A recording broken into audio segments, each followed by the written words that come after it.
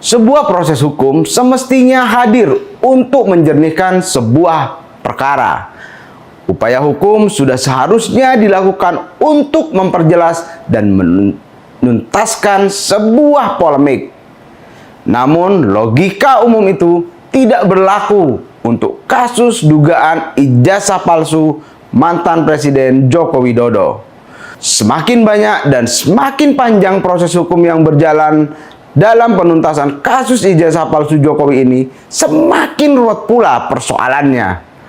Proses sengketa ijazah palsu Jokowi ini tidak hanya menyasar aspek pidana, namun juga menyoal terkait keterbukaan informasi publik di Komisi Informasi Pusat, serta ada juga gugatan citizen lawsuit di Pengadilan Negeri Surakarta.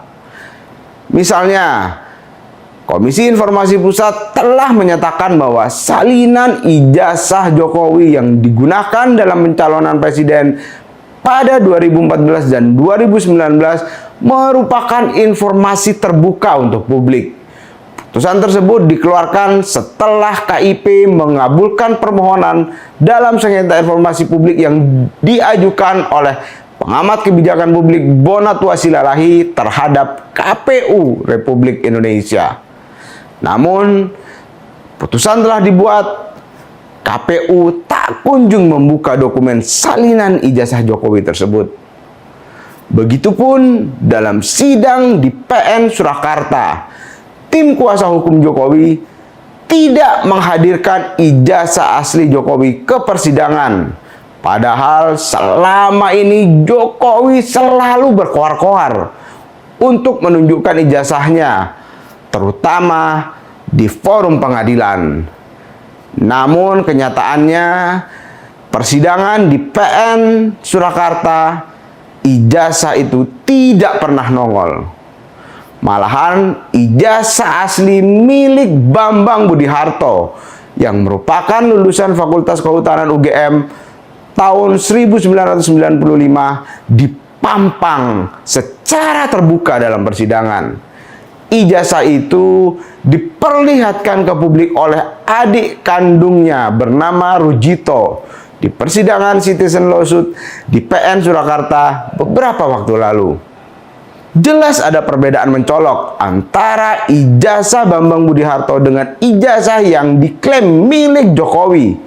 Salah satunya yang paling mencolok yakni terkait dengan materai.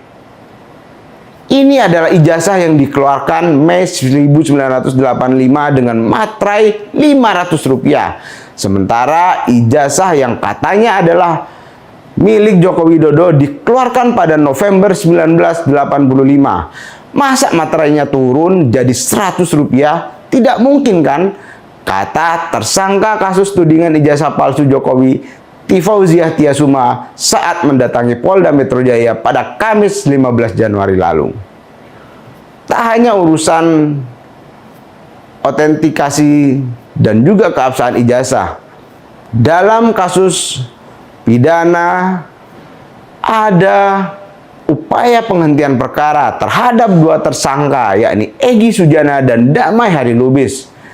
Alasannya karena mereka berdua secara terpisah dari 6 tersangka lainnya telah sowan ke Jokowi di Solo. Secara hukum, keduanya juga telah mengajukan restoratif justice dan memilih berdamai dengan Jokowi. Kuasa hukum Jokowi, Rifai Kusumanegara, menegaskan bahwa proses hukum terhadap para tersangka lainnya akan terus berjalan. Ada 2 klaster tersangka dalam kasus dugaan ijazah palsu Jokowi ini. Yang pertama yakni Rizal Fadilah, Rustam Effendi, dan Kurniatri Royani. Kemudian 3 tersangka lainnya di klaster kedua yakni Roy Suryo, Rismon, dan Tifauziah Tiasuma akan terus diproses hukum hingga ke pengadilan, ujar kuasa hukum Jokowi. Bukannya gentar, 6 tersangka para penggugat keabsahan ijazah sarjana Jokowi tersebut justru semakin getol melawan.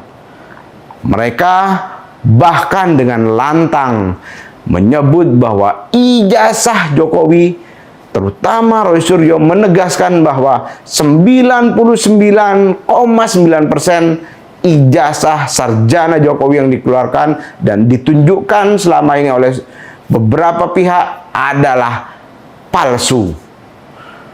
Bahkan mereka dengan lantang menyebut bahwa ada 6 versi ijazah Jokowi dan semuanya berbeda-beda. Jadi kawan-kawan, saya hanya ingin menambahkan sedikit bahwa ada beberapa versi ijazah Jokowi yang sudah keluar dan sudah kita dapatkan juga, ujar pakar hukum tata negara Refli Harun yang juga berperan sebagai tim kuasa hukum Roy Suryo dan kawan-kawan.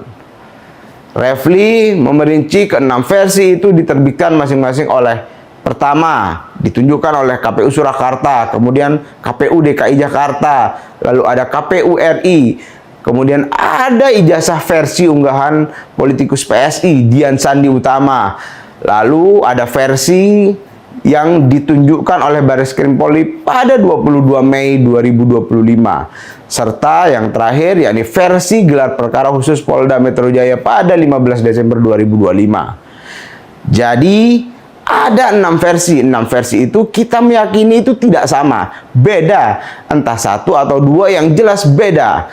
Karena itu kalau ada satu saja beda berarti ya ada yang tidak benar. Tidak mungkin kemudian dua-duanya asli. Yang ada adalah dua-duanya palsu. Pasti begitu, ujar Refli Harun. Polemik dugaan ijazah palsu Jokowi ini semestinya tidak harus ruwet dan menghabiskan sumber daya negara seperti yang terjadi selama ini. Urusan dokumen ini seharusnya sederhana, asli atau tidak, absah atau ilegal. Namun yang terjadi justru sebaliknya. Makin lama persoalan ini tambah ruwet, berlarut, dan kehilangan substansi. Bukan karena kurangnya instrumen hukum, melainkan karena absennya sikap tegas dan transparan dari para pemangku kepentingan, baik itu pihak-pihak yang selama ini diserahi dokumen-dokumen Jokowi ataupun para pihak aparat-aparat penegak hukum. Dalam negara demokrasi ini, ijazah bukan sekedar dokumen administratif. Ia adalah simbol legitimasi, kejujuran, dan akuntabilitas seorang pejabat publik karena ini disyaratkan oleh undang-undang. Ketika muncul keraguan atas keabsahan dokumen tersebut, terlebih terhadap seorang presiden, maka mestinya klarifikasi terbuka adalah keniscayaan, bukan sebuah pilihan mau ditunjukkan atau tidak. Sebenarnya gampang, tinggal tunjukkan, silahkan periksa keabsahannya bagi siapapun pihak yang meragukannya. Ya, sesederhana itulah urusan ijazah Jokowi ini akan selesai. Sayangnya isu ini sejak awal lebih sering direspon dengan nada defensif, alih-alih langsung menunjukkannya. Yang mengemuka justru pelaporan pidana, saling tuding, dan upaya mendelegitimasi pihak-pihak yang mempertanyakannya. Padahal pihak-pihak yang mempertanyakan itu adalah publik yang punya hak untuk mengetahui keabsahan dokumen seorang pejabat negara. Selama ini yang terjadi, publik tidak pernah mendapatkan jawaban, melainkan sekedar kebisingan. Jika memang tak ada yang disembunyikan, seharusnya Jokowi percaya diri. Tunjukkan dokumen itu, buka arsip akademiknya, libatkan lembaga-lembaga independen untuk mengakhiri polemik. Semakin lama persoalan ini dibiarkan kabur, tidak jelas dan ruwet, semakin besar biaya sosial dan politik yang harus dibayar oleh negeri ini. Kepercayaan publik sekali runtuh tidak mudah untuk membangunkannya kembali. Menurut pengamat hukum Universitas Muhammadiyah Jakarta, Khairul Huda, kasus ini sebenarnya tidak memiliki urgensi tinggi untuk dilanjutkan ke proses yang lebih jauh, termasuk peradilan. Ia juga menyoroti implikasi anggaran negara dalam penanganan perkara tudingan ijazah palsu ini. Ia berpandangan bahwa penggunaan sumber daya negara termasuk dana publik harus difokuskan pada perkara-perkara yang benar-benar memiliki kepentingan hukum dan sosial yang signifikan terhadap kehidupan bangsa dan negara. Karena sebenarnya tidak layak uang pajak kita, uang pajak rakyat digunakan untuk mengurus perkara seperti ini, ujar Khairul Huda seperti dikutip mediaindonesia.com. Kebenaran tidak pernah takut untuk diuji.